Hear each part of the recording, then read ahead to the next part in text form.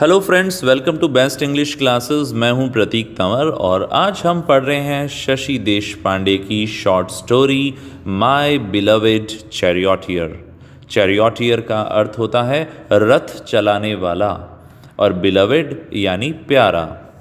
अब आप लोग जानते ही हैं शशि देशपांडे इंडियन लिटरेचर में कितना बड़ा नाम है।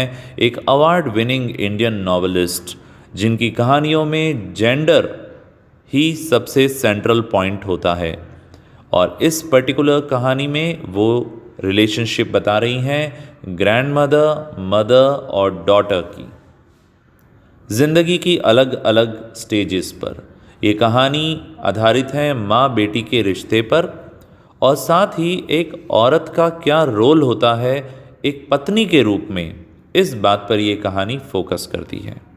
माँ और बेटी का रिश्ता बहनों जैसा होता है, पार्टनर्स जैसा होता है। वे एक दूसरे की चिंता करती हैं।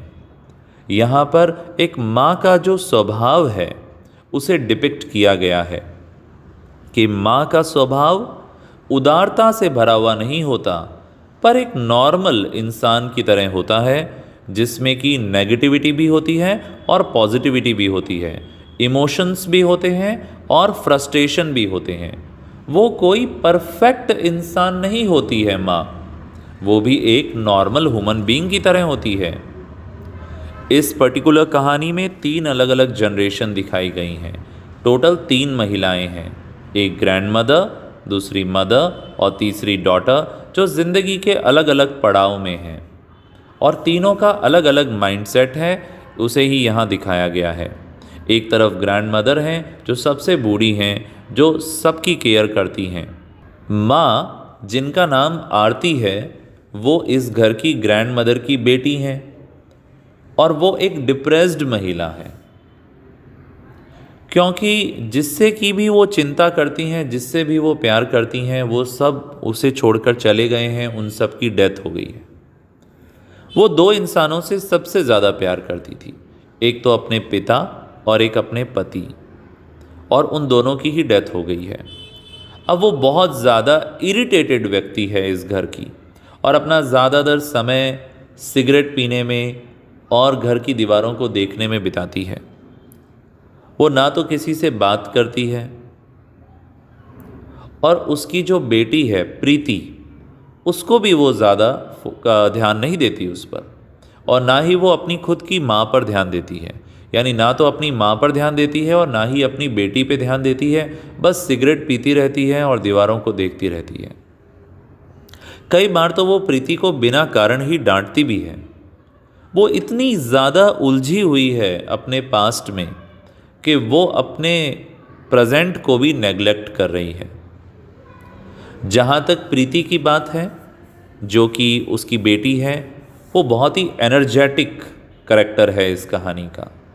उसके पिता और दादाजी दोनों की डेथ हो चुकी है। उसकी माँ अब उससे बात नहीं करती है। अब उसकी एकमात्र केयर टेकर और उसकी बेस्ट फ्रेंड उसकी दादी हैं, आजी जी। जब भी प्रीति जाती है तो घर में सन्नाटा सा छा जाता है। आरती और प्रीति का रिश्ता आपस में अच्छा नहीं बताया गया है इस कहानी में। जो माँ बेटी हैं उनके बीच में करीबी रिश्ता नहीं है।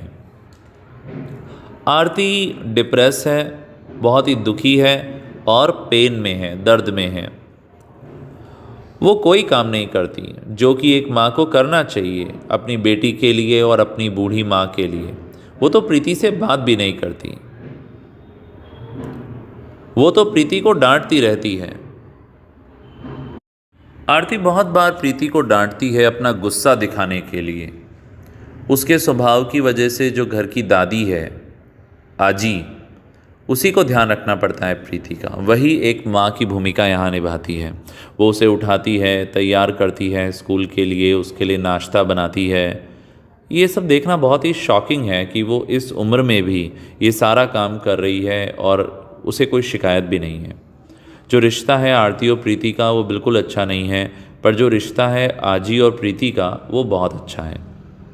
आजी एक बार फिर आरती को इंसिस्ट करती है कि तुम घर से बाहर निकलो, पार्क वगैरह में जाओ, तो वो कहती है वहाँ जाकर मैं जब दूसरे लोगों को खुश देखूंगी ना तो मेरा मन करेगा मैं मार दूं उन लोगों को जान से और उनकी खुशी को दफना दूं।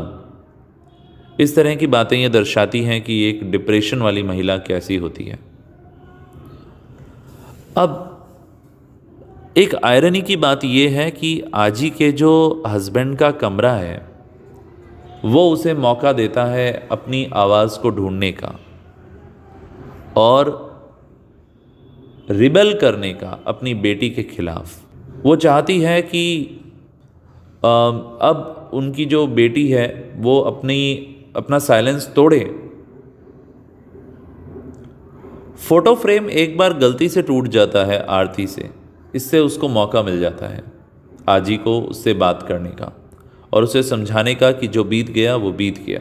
आजी उसे ये भी कहती है कि वो नहीं चाहती इस फोटोग्राफ को कभी भी दोबारा देखना, क्योंकि पुरानी चीज़ों को देखने का कोई मतलब ही नहीं है, उससे सिर्फ पेन मिलता है और डिस्कम्फर्ट मिलता है।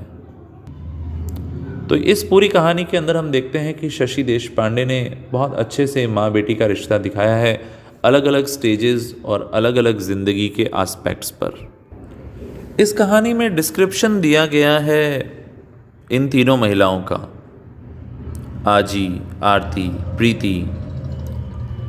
जहाँ आरती के बारे में बहुत डिटेल में बात है, माधव जो कि उनके हस्बैंड थे, उनके जाने के बाद अब जो इनकी डिप्रेशन भरी ज़िंदगी है उसी को डिस्क्राइब किया गया है। अब बस इसमें यही बताया गया है कि वो सिगरेट पीती रहती है, दीवारों को देखती रहती है एक ब्लैंक चेहरा बनाकर, ना किसी से बात करती है, ना अपनी माँ से, ना बेटी से, बिना कारण उसे डांटती भी रहती है, चार दीवारी के अंदर ही रहती है। ज़िंदगी उसके प्रति बहुत ही निर्दयी है। इस कहानी की जो ग्रैंड मदर हैं आजी, वो इस कहानी की नैरेटर हैं, वही ये कहानी सुना रही हैं। वो अपनी बेटी आरती को बताती हैं कि जो आरती के पिता थे जब वो जिंदा थे तब वो कितने क्रूवल थे। और एक समय तो ऐसा था जब नैरेटर ये बताती है कि मुझे जलन थी अपनी बेटी की हैप्पी मैरिड लाइफ से, ये भी वो रिवील करती है। प्रीति को अपनी दादी के साथ ही सोना पसंद है और वो आशा करती है कि कुछ कहानियाँ सुनने को मिलेंगी। उसे अपनी माँ के पास सोना पसंद नहीं है क्योंकि वो बस सिगरेट पीती रहती है और उसे वो स्मेल पसंद नहीं है। प्रीति को तो ये लगता है कि बस दादी ही है, जो दादी का प्यार है वो उसे एक गिफ्ट की तरह लगता है जो उसे स्वर्ग से मिला है। सो गाइज़, ये एक छोटी सी कोशिश थी ये चैप्टर आपको समझाने की। आई होप ये आपको अच्छे से समझ में आ गया होगा। यदि चैनल पे नए हैं तो सब्सक्राइब करें, वीडियो को लाइक करें, अपने फ्रेंड्स के साथ शेयर करें। All the best for your exams. फिर मिलेंगे एक और टॉपिक के साथ। कमेंट बॉक्स में अपना फीडबैक ज़रूर देना।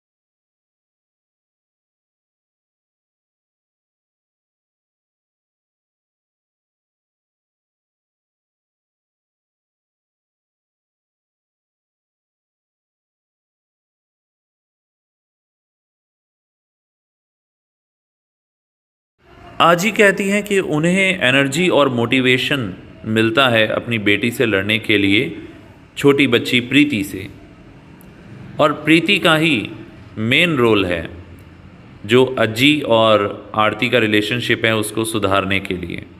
इसलिए इस कहानी में प्रीति को कंपेयर किया गया है लॉर्ड कृष्णा से, जो कि ओरिजिनल चैरियटियर थे और जो अर्जुन को मोटिवेट करते थे लड़ने के लिए अपने दुश्मनों से और अपना ड्यूटी पूरा करने के लिए।